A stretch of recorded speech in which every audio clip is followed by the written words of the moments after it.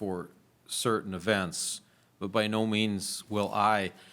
The temporary use structure, authority to use as such, is given to your fire chief and/or your building official. So that would be Joe or myself could sign off on this temporary use. We've agreed we're only going to do that document if we both agree to it.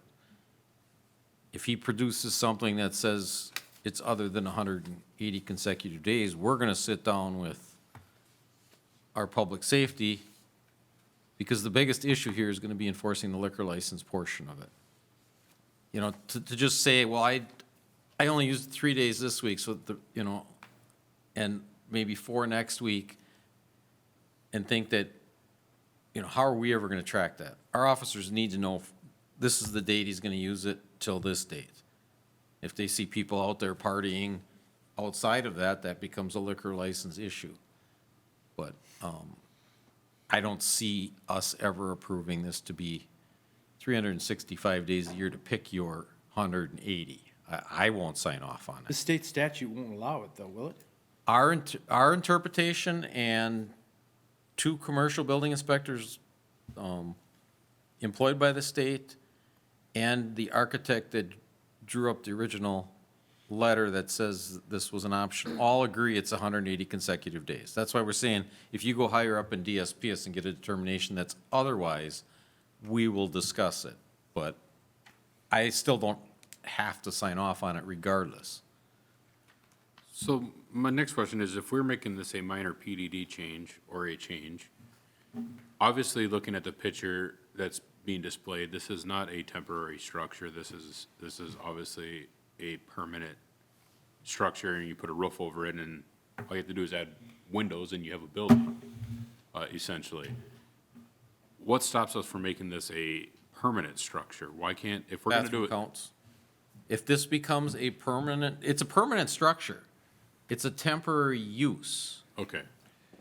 So if you make it a permanent use, then you got bathrooms and ADA and Yes. all these other different commercial requirements, correct? He could come back to you in 5 years and say he wants to, well, no, he can't even, right now, he also had to get a variance because he's below flood elevation. Right. And if he encloses this structure, he's now in violation of that variance. So there's, again, you're going back to all kinds of hoops. Well, and that's what I want the board to be aware of, obviously, is there's all sorts of hoops and craziness going on with this particular parcel because of where it's at and all of those different issues. So I just want to make sure that we're all on the same page when we approve this, or if we approve it, that we understand, obviously the background that goes along with this. I mean, it's a very unique piece of property. Yep. It's in a unique location. It's in, violation. The original building is just feet out of the right-of-way. And it's feet below flood elevation. And too. it's feet below flood elevation. And, I mean, this structure that you're looking at here, it can't go any closer to the bay, otherwise it's in violation of, the Department of Natural Resources. So, we've got a lot of properties that are unique like this in Suamico. And that's what I'm getting at. I just want everybody Yeah, to be that- fully aware of. Really good point. I guess the biggest thing that concerns me about this particular structure and is what trustee Andrews brought up, which is mere speculation, but if you're gonna build an outside patio and then you built the pillars, I don't know, there's a question there, but that's a question to be answered at another time. When I looked at this and I had some conversations with zoning administrator Dunks, based on what is being requested here and based on how the property is currently zoned and what we've done with other properties and temporary use buildings, it's very difficult not to approve this. Oh, absolutely, yeah.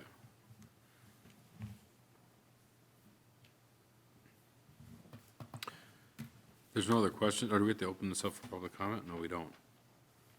I'll make a, Wait. go I ahead. do have one more question. Yeah. Steve, you brought up and trustee Ron did about the bathroom thing, and then making, if this applicant wanted to, down the road, try to make this a permanent I mean, it's a permanent structure, but permanent 365 days out of the year. You have that bathroom issue. How do we make sure that that cannot happen?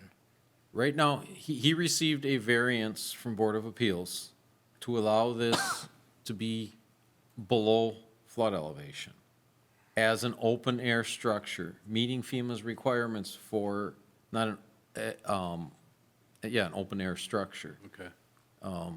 If he was to enclose this, that variance would no longer be valid, and he'd have to go back and get another variance to turn this into a full-fledged, instead of an accessory structure, a main structure.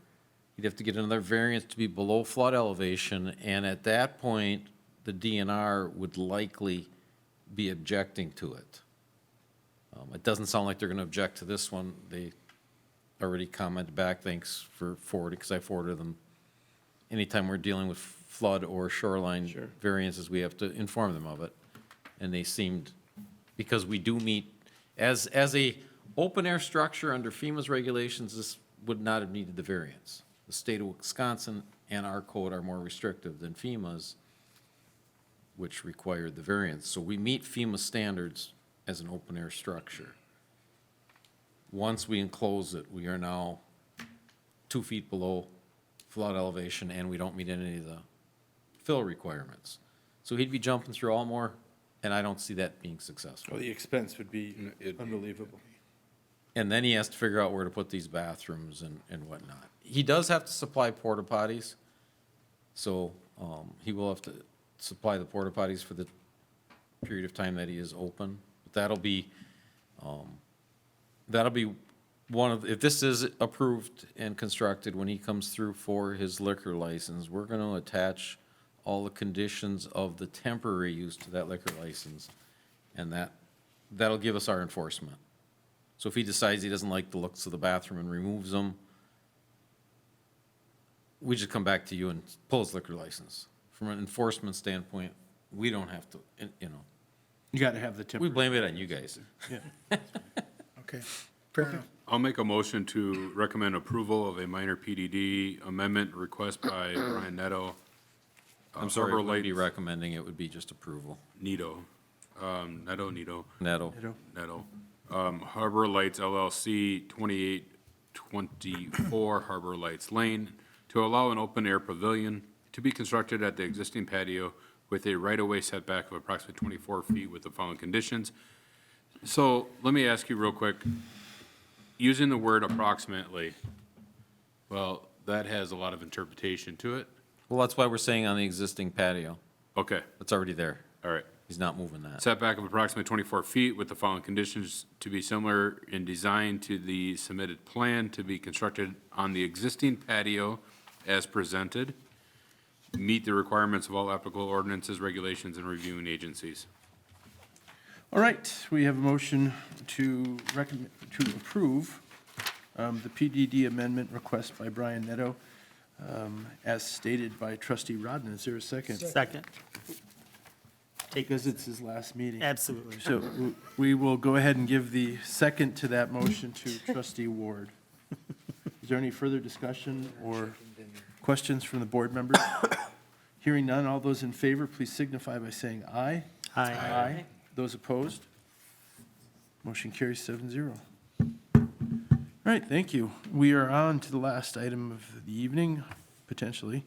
Item number 10A, Public Works. Approval, denial of paying Brown County Highway Department for the 2018 St. Pat's Bridge reconstruction project using the Bridge Fund. Director Smits. Thank you. All right, back in 2017, the St. Pat's Drive Bridge construction was started. If you guys remember, that project was a cost-shared project with the county, and we had an 80-20 split on that, so we were responsible for 20% of that overall project. We had planned several years prior to it and budgeted for our expected portion. We financed for 2 portions of the project, one's for design and state review, and one was for the actual construction of the structure and the approach to the structure. We thought we were all done with this project. We hadn't received any communication for several years, and we just received an invoice following a audit process at the Wisconsin Department of Transportation level.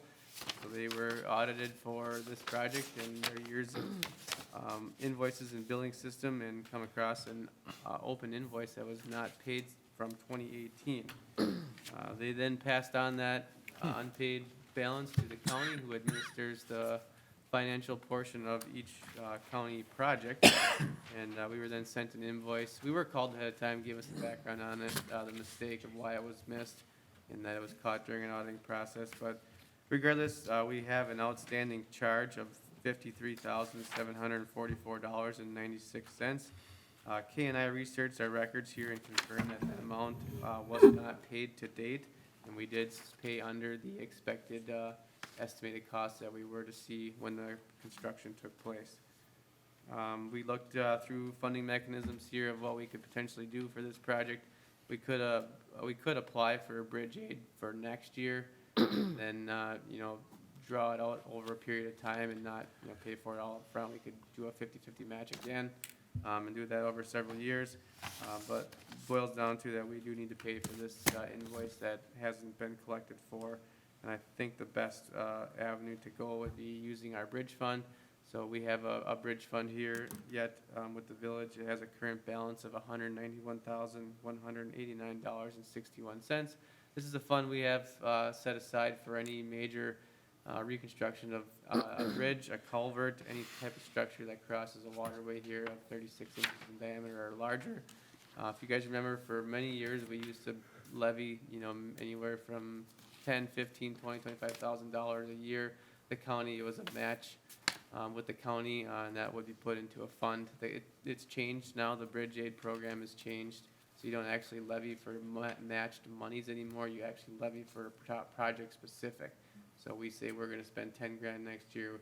We submit that to the county, and then they provide half the following year during that construction season. So we still have a healthy balance for within our bridge fund, and we would recommend that we pay for this invoice at this time using our bridge aid or our bridge fund. No statutes of limitations on bills, huh? No, we searched up and down. Kay and I spent a couple days digging through everything we could find, and it didn't show that we didn't pay it. So that's kind of where we left off. That pretty much it was missed on the DOT's end. They never submitted to the county, which in turn never got to us. But we made some money on interest. There you go. And really, our fund was just artificially inflated by accident. Correct. Yep. So we had planned for it in the bridge fund for this project. But we don't expect any other major projects here in the next 5 years. So we would know, again, 5 years out before we have our next bridge, either rehab or resurfacing project coming our way, and we would then again plan for those costs. Are there any questions? If not, Trustee Ward, would you like to offer? All right, hearing none, I will approve paying Brown County Highway Department for the St. Pat's Drive Bridge reconstruction project for the amount of $53,744.96 using monies from the bridge fund. Second. We have a motion on the floor from Trustee Ward to approve the paying Brown County Highway Department of St. Pat's Drive Bridge reconstruction project in the amount of $53,744.96 using monies from the bridge fund with a current balance of $191,189.61. Trustee Ward's last motion as a village board member has been seconded by Trustee Schneider. Is there any further discussion or questions? I'll take a roll call. Trustee Andrews. Aye. Trustee Eckert. Aye. Trustee Ward. Aye. Trustee Rodden. Aye. Trustee Romas. Aye. Trustee Schneider. Aye. President Van Rossum. Aye. Motion carries unanimously, 7-0. Thank you. Item number 11, is there any discussion on future agenda items? I have one. Oh, No, I'll let you go. okay. Was wondering if we could maybe take a look at park impact fees when lots are created. To my knowledge, I don't think we've ever increased them. And especially looking at that, Well, we did go from 250 to 300 it must have been many way- years ago. Many years, yeah, as far back as that one sheet sheet showed that it was 2004. They kind of seem to be about the same. So if we could look at what other municipalities are charging and, you know, maybe we just need to make a little bump because bleachers get more expensive every year. I mean, and and fencing and, you know, there's things. So if we could look at that, that'd be great. Anyone else with anything? I Is guess there- if you're is there a looking at second that, on can that you one? clarify what you can use them with? Yeah, Definitely. Yeah. Sure. I'll second that. All right, I just wanted to say that it's been a pleasure serving with you all, staff, board members, committee members. It's been a real pleasure. Would you like? Thank you. Yeah. Thank you for your service, Jason. Jason. How many years? I think grand total has got to be over 10. I don't really, did you guys figure it out? I think I'm still over 10. I think we did figure it out. I think it was 2010. You started on a committee, 2009. It's been a while. Well, thank you. It's been a Thank you. pleasure. Would you like to adjourn this meeting? You're the presidents. Give him the gavel.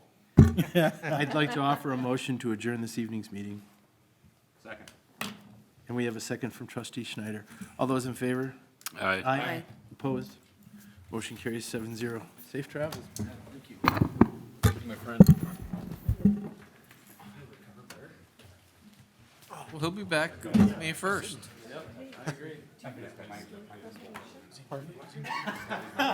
Not yet. Not to my knowledge. No. He just doesn't think. I want it so bad. I thought it was gonna be like in Jason Ward 3.